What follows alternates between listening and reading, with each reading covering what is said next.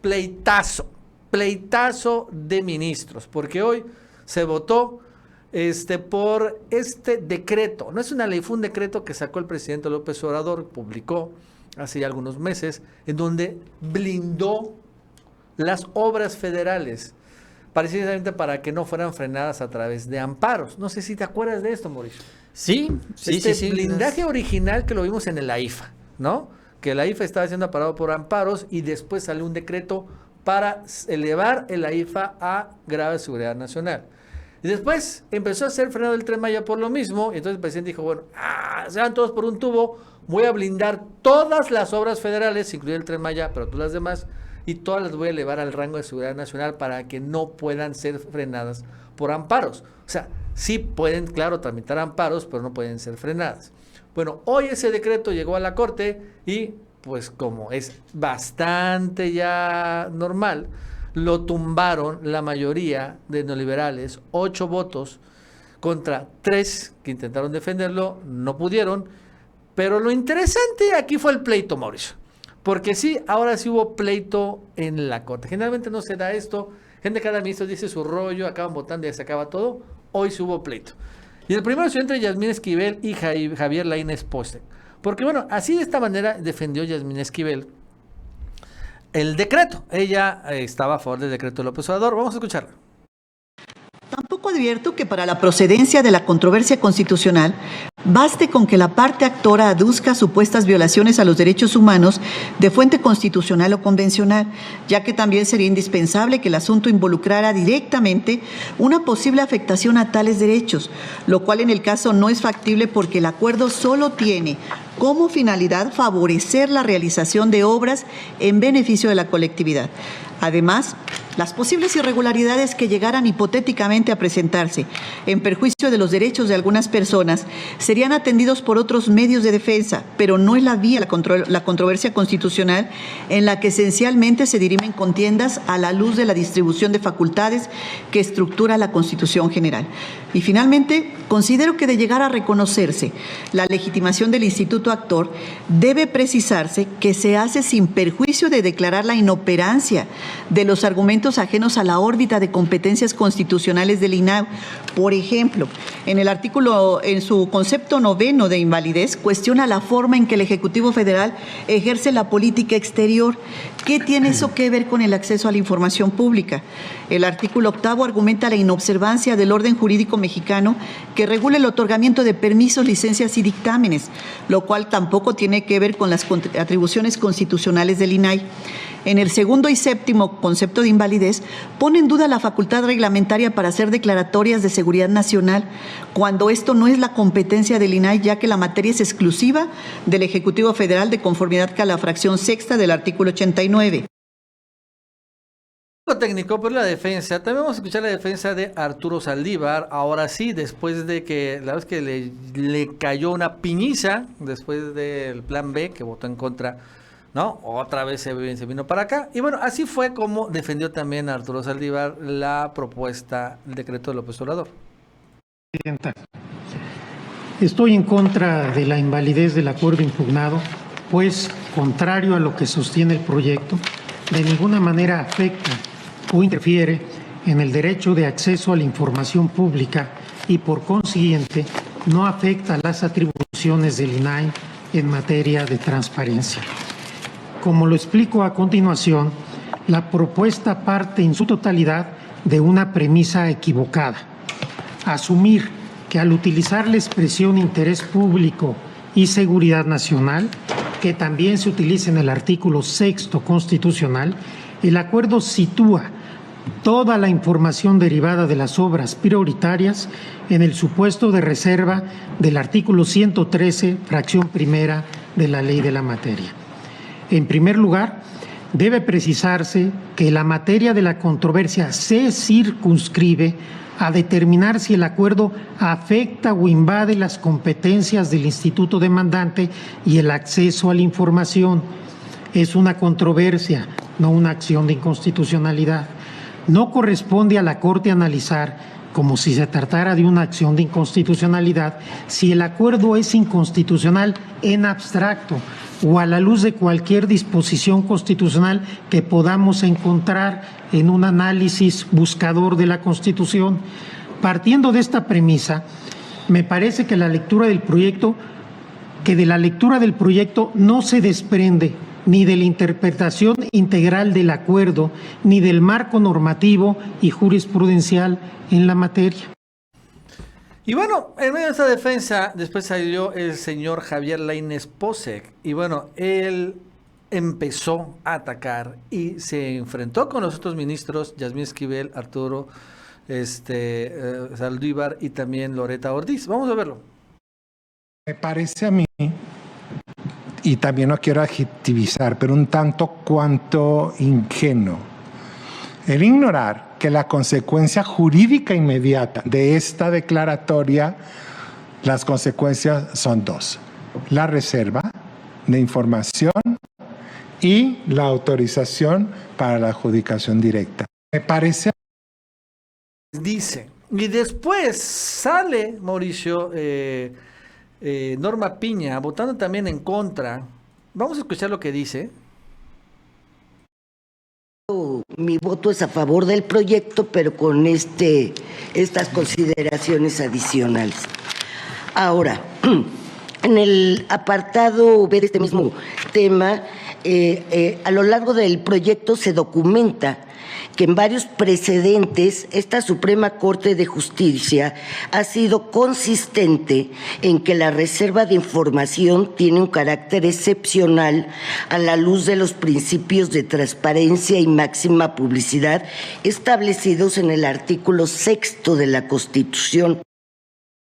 Bueno, su intervención llevó eventualmente a que Loretta Ortiz, la ministra, también dijera y le respondiera a Javier Lainez que no somos ingenuos. Una respuesta a Javier Lainez y a propia Norma Piña, y bueno, ahí siguió el pleito. Gracias, ministra presidenta. Con todo respeto, no somos ingenuos. No somos ingenuos. Consideramos, bueno, por lo menos yo consideré, basándome en el artículo 6º constitucional, que las resoluciones del organismo garante son vinculativas, es decir, del INAI, definitivas a los inatacables para los sujetos obligados. El consejero jurídico, esto viene en la exposición de motivo del artículo 6º constitucional, el consejero jurídico del gobierno podrá interponer recurso de revisión ante la Suprema Corte de Justicia de la Nación en los términos que establezca la ley, solo en el caso que dichas resoluciones puedan poner en peligro la seguridad nacional conforme a la ley en la materia. Y en el párrafo anterior se señala: los recursos que interpongan los particulares respecto a las resoluciones de los organismos autónomos especializados de las entidades federativas que determinen, o sea, conserva las facultades del INAI, la reserva, confidencialidad, inexistencia o negativa de la información en los términos que establezca la ley. El razonamiento, la argumentación jurídica que siguió su servidora fue que no está impedida la facultad que tienen cualquiera de los que puede ejercer su derecho a la información y solicitarlo al INAI, lo puede seguir ejerciendo. Y entonces, por lo tanto, no está mermada la competencia que tiene el INAI. O sea, el INAI puede seguir resolviendo. Entonces, no se libera de esas facultades. Muchas gracias, ministra presidenta. Ministro. Y es evidentemente una respuesta directa a Lainez, que le dijo que era una ingenua, y dijo, no somos ingenuos, y estaba leyendo esto. ¿Cómo la ves? Pues ya empieza, ¿no?, a permear, ¿no?, las dos visiones, las diferencias entre las dos visiones que hay de país al poder judicial. Es bueno esto, es bueno que se dé el debate abierto, que se dé el debate público, porque entre ellos eventualmente ahí en cortito se pueden cuchichear y discutir los temas, pero ya en la sesión ya es un asunto distinto porque ya es de cara a los mexicanos, sobre todo en donde ya, además del tema legal, pues se comparten ya estas dos visiones de una misma ley, porque pues sí, hay dos interpretaciones distintas, aunque nos quiera decir Norma Piña y su mafia que la de ellos es la que vale, porque ahorita tienen la mayoría y si la hacen valer, no necesariamente es la correcta, o sea, no es la única manera de ver la ley, porque eso es lo que dice la oposición. Es que ya lo dijo Norma Piña, entonces sí, así es, así debe ser. Eso es lo que dice la ley porque ya lo dijo Piña. No, a ver, espérame, así lo interpretó, pero no necesariamente es lo correcto. Y aunque sean minoría, qué bueno que ya las ministras, incluyendo al propio Arturo Saldívar, empiecen a hacer valer su punto con mayor intensidad, con mayor claridad y con mayor fuerza, aunque se pierdan en las votaciones, pero que quede evidenciado que existe otra interpretación distinta a la que impulsa la derecha, a la que impulsa la oposición, a la que impone Norma Piña. Y bueno, la verdad es que sí, ya vemos, está tronando la Corte. Y la verdad es que en esta división, pues Norma Piña va a quedar muy mal. Por cierto, Mauricio, ayer que fue el escándalo de Armenta, donde reveló los chats, y la pregunta de que si eran o no auténticos, fíjate que se ha autenticado, que sí son los chats de Norma Piña. Y lo ha autenticado la Corte de manera indirecta, ¿no? Pero dicen que los chats son auténticos. ¿Por qué es lo que dice la Corte? Porque acuérdense que Armenta mandó un oficio a la Corte. Y entonces la Corte le respondió así: que la Corte no se pronunciará sobre acusaciones de Armenta, porque dice lo siguiente. La Corte afirmó que no hará ningún pronunciamiento sobre la denuncia del senador Alejandro Armenta sobre supuestas amenazas que recibió por WhatsApp.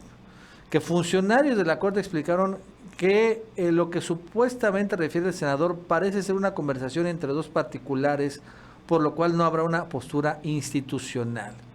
Entonces, aquí con esta declaración se está confirmando pues que eso es auténtica. Dice, pero Norma Piña no habló como presidenta de la Corte, habló como Norma Piña, así que pues no podemos decir nada. Ok, muy bien, está bien, es una salida legal, leguleya, pero confirma, porque si fueran falsos los mensajes, si no fuera el teléfono de Norma Piña, si todo esto fuera una invención de Alejandro Armenta, ¿qué es lo que hubiera hecho la Corte? ¿Qué es lo que hubiera hecho Norma Piña?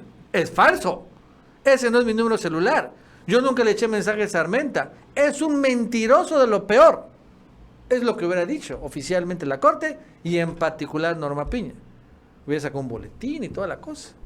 Pero no, dice, no, es que este es algo particular entre privados, ya es algo ahí, pero entonces sí está autenticando.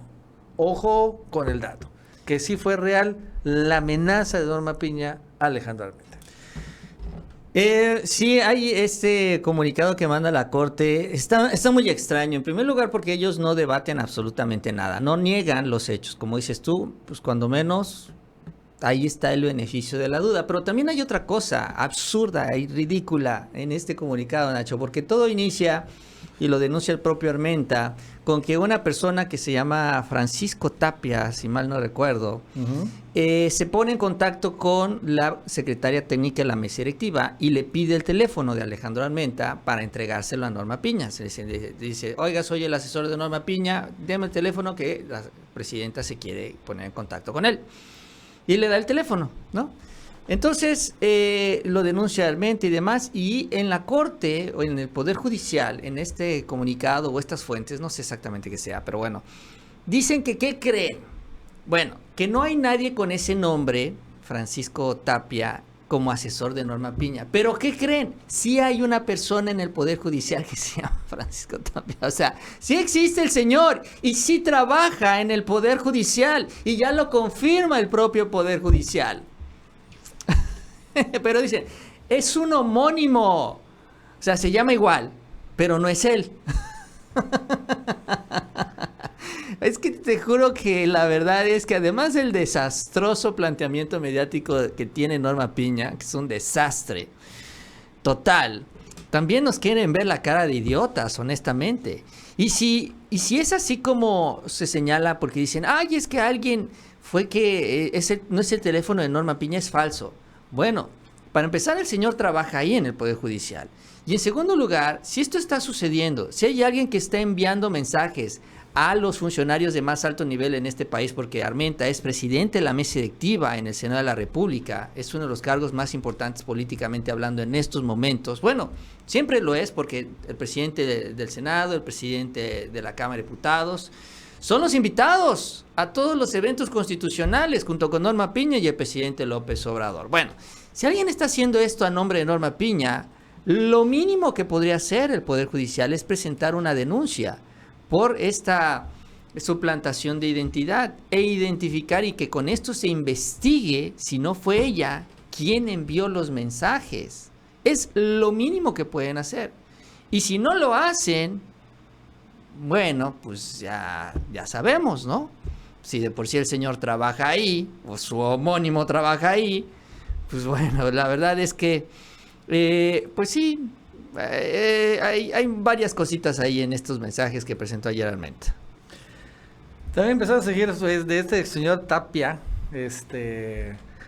¿cómo es? San Francisco Tapia, ¿no? Sí, Francisco Tapia, Javier creo, Tapia, sus tweets de él. ¿Sí viste? No, eso no lo he visto. Este es del 2019. Eres un, bueno, endejo, López Obrador. Y por cierto, aquí hace preferencia a un amigo del hijo de Felipe Calderón. Con el gato igual, es el mismo, ¿no? Con el candidato del PRI a la presidencia, Peña Nieto. Y aquí aparece, era priista, aquí aparece en medio de esta persona. Después, aquí aparece, un honor caminar detrás de usted. ¿Ya viste? Aquí está tomando protesta la ministra presidenta y ahí aparece este cuate, Tapia, ¿no?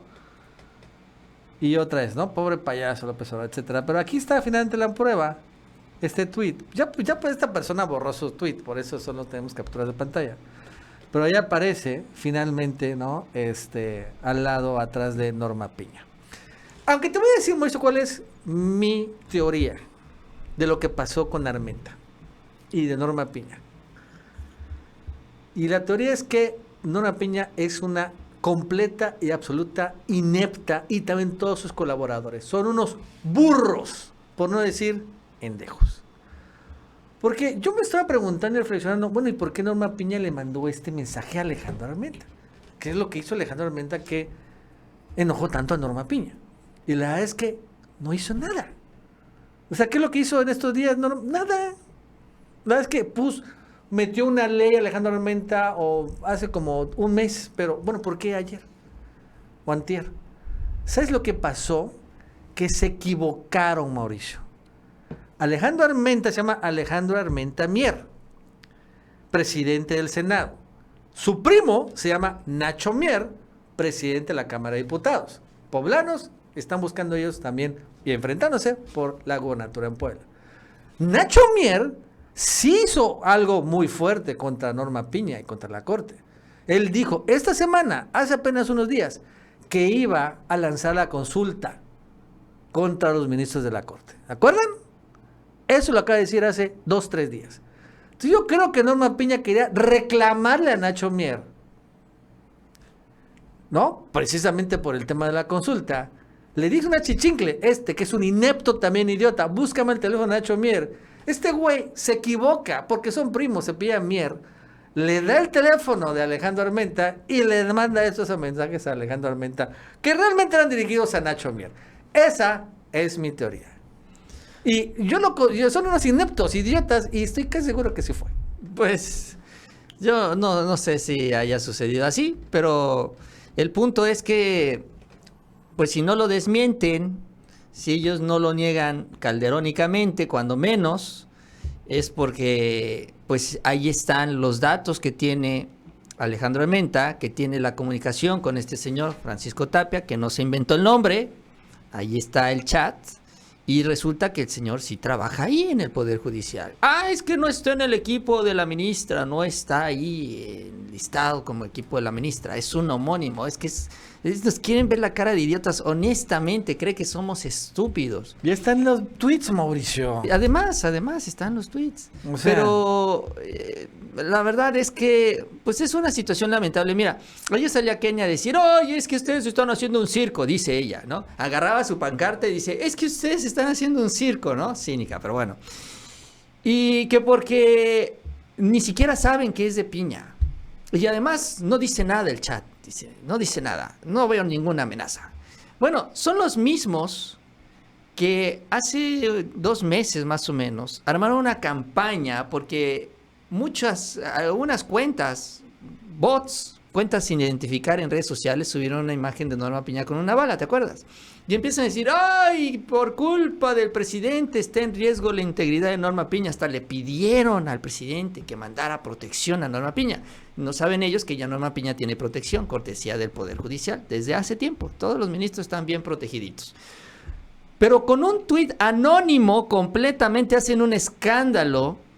Y cuando llega un mensaje, un chat de WhatsApp al número privado del presidente del Senado, ay, sí, dice, no, sí estás especulando nada más, ¿no? O sea, estás haciendo un escándalo. Ya, ¿para qué te pones tú a decir tantas cosas? Ya, no te dijo nada, ándale. Tállate y a otra cosa, ya, no te andes quejando, ¿no? O sea, el doble estándar, pues, la doble moral.